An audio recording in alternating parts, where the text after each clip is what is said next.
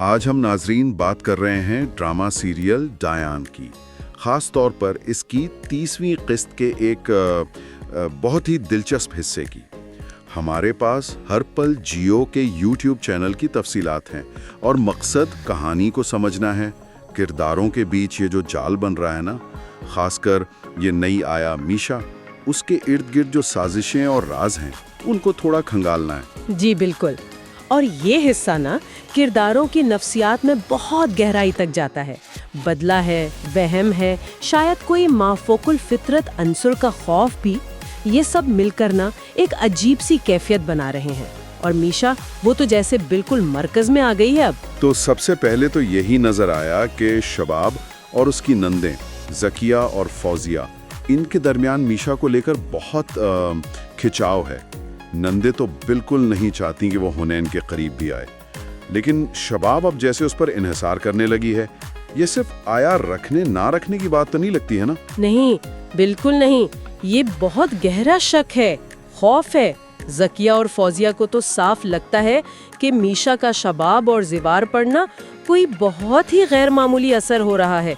फौजिया तो कहती भी है कि मैंने उन्हें कई बार एक दूसरे के साथ बहुत बेतकल्लुफ़ होते देखा है। मतलब वहम बढ़ता जा रहा है। और वो मीशा की शख्सियत, खास कर उसकी आंखों से, वो तो बहुत ही खौफजदा हैं। उन्हें लगता है ये कोई आम इंसान नहीं है।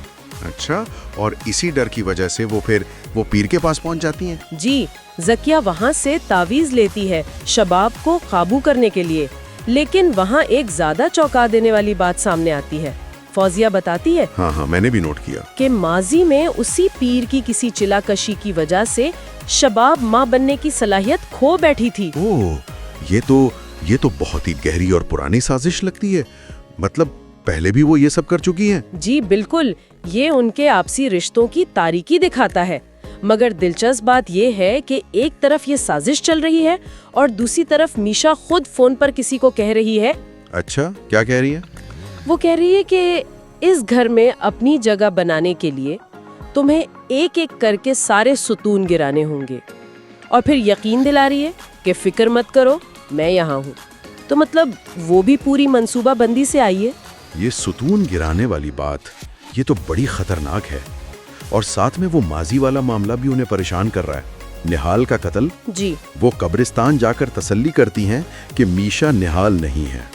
ज़किया कहती है मरे हुए लोग वापस नहीं आते, लेकिन क्या ये तसल्ली काफी है? दिल को लगती है। मुझे तो नहीं लगता, क्योंकि खतरा सिर्फ माजी का नहीं है।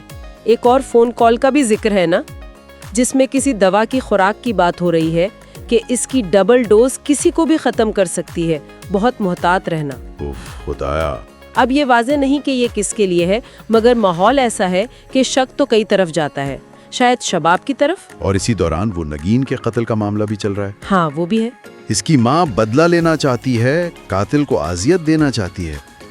क्या इन सब का कोई आपस में ताल्लुक हो सकता है? देखिए, अभी कहना मुश्किल है, लेकिन ये जरूर है कि हर तरफ ना खतरे की घंटियां बज रही हैं।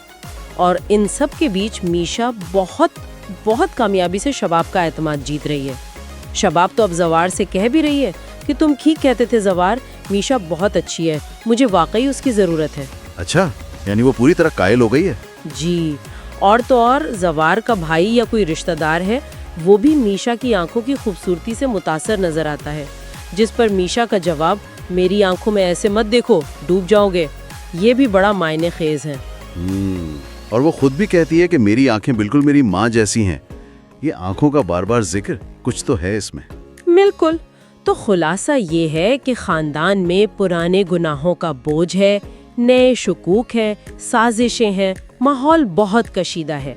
और मीशा जो बज़ाहिर एक आया है, वो बहुत मुनज़्ज़म तरीके से अपनी जगह बना रही है, शायद किसी बड़े मकसद के लिए। अब समझ नहीं आ रहा कि क्या हकीकत है और क्या वहम। सही कहा। और ये सब देख कर ना जहन में एक ही सवाल आता है कि इस शतरंज की बिसात पर असल खिलाड़ी कौन है और कौन सिर्फ मोहर्रा? क्या मीशा के इरादे सिर्फ बच्चों की देखभाल तक हैं, या उनका ताल्लुक माजी के उन वाकयात से है जिनका साया अब भी इस घर पर है? ये तो अब आगे ही पता चलेगा।